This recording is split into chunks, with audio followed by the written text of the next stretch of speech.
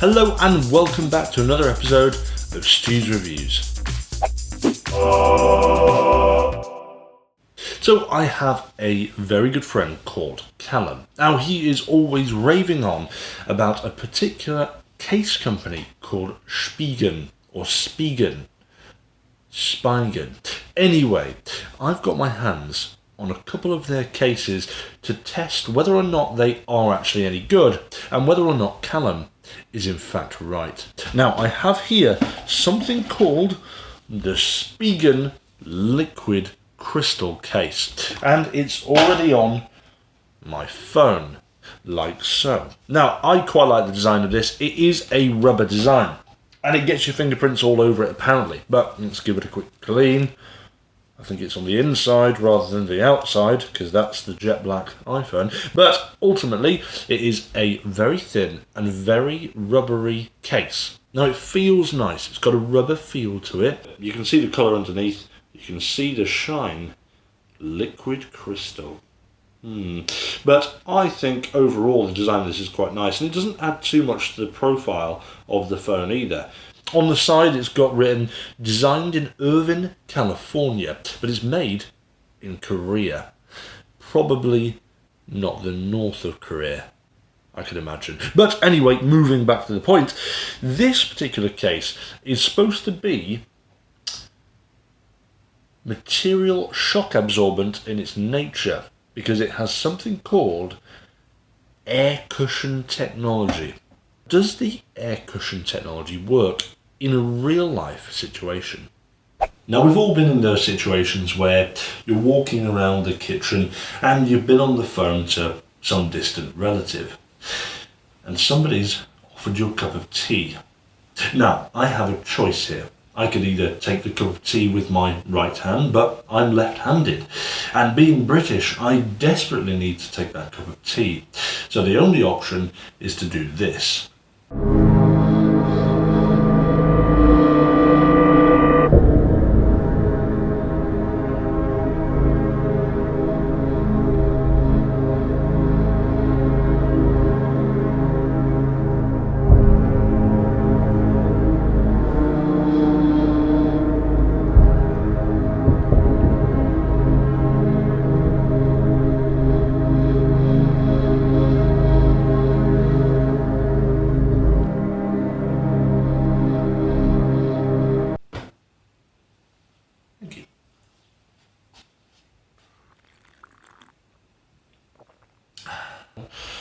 There are no cracks on the screen.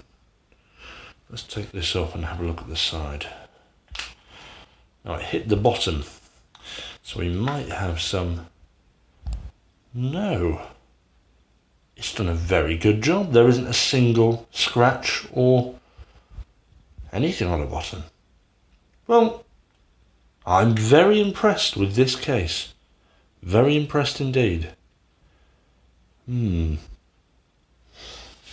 That was the liquid crystal case by Spigen. Now, Callum said to me, it wasn't a very fair test, just looking at one of their cases. Why don't you look at a few others? Now, there is one called the Tough Armour, which I'll be looking at in my next episode of cases. And for this, rather than just doing a regular drop test like I've just done, I'm going to do something slightly more extreme to really test how tough this armour is going to be. And I'm going to let you choose one of three ways I'm going to test this case. Option number 1. It will be involved in some form of road traffic accident. Option number 2. It will be shot with a .177 gas-powered pistol. Option number 3. It will be dropped from an undefined high place.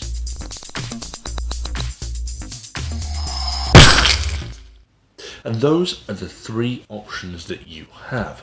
Leave a comment below detailing option number 1, 2, or 3 and why you'd like to see that option. And then the winner will be announced next episode of Cases in a couple of weeks' time, and you'll get to see the audience's choice. Until then, don't forget to hit that like and subscribe button, and I'll see you back for another episode of Stu's Reviews soon.